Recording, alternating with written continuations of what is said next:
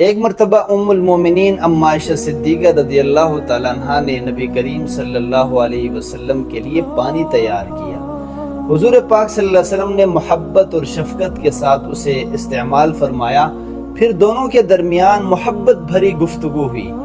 یہ واقعہ بتاتا ہے کہ نبی کریم صلی اللہ علیہ وسلم کی گھریلو زندگی محبت، نرمی، حسن اخلاق کا نمونہ تھی۔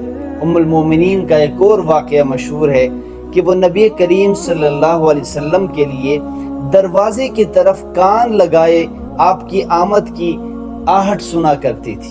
محبوب کائنات کے انتظار کی یہ کیفیت بتاتی ہے کہ ان کے دل میں رسول اللہ صلی اللہ علیہ وسلم کی محبت کس قدر زیادہ تھی۔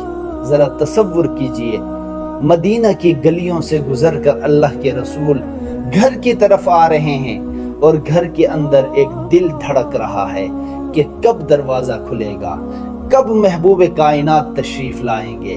یہ صرف ایک شوہر کا انتظار نہیں تھا، یہ محبت، عقیدت اور وفاداری کی وہ داستان تھی جس کی مثال تاریخ میں کم ملتی ہے۔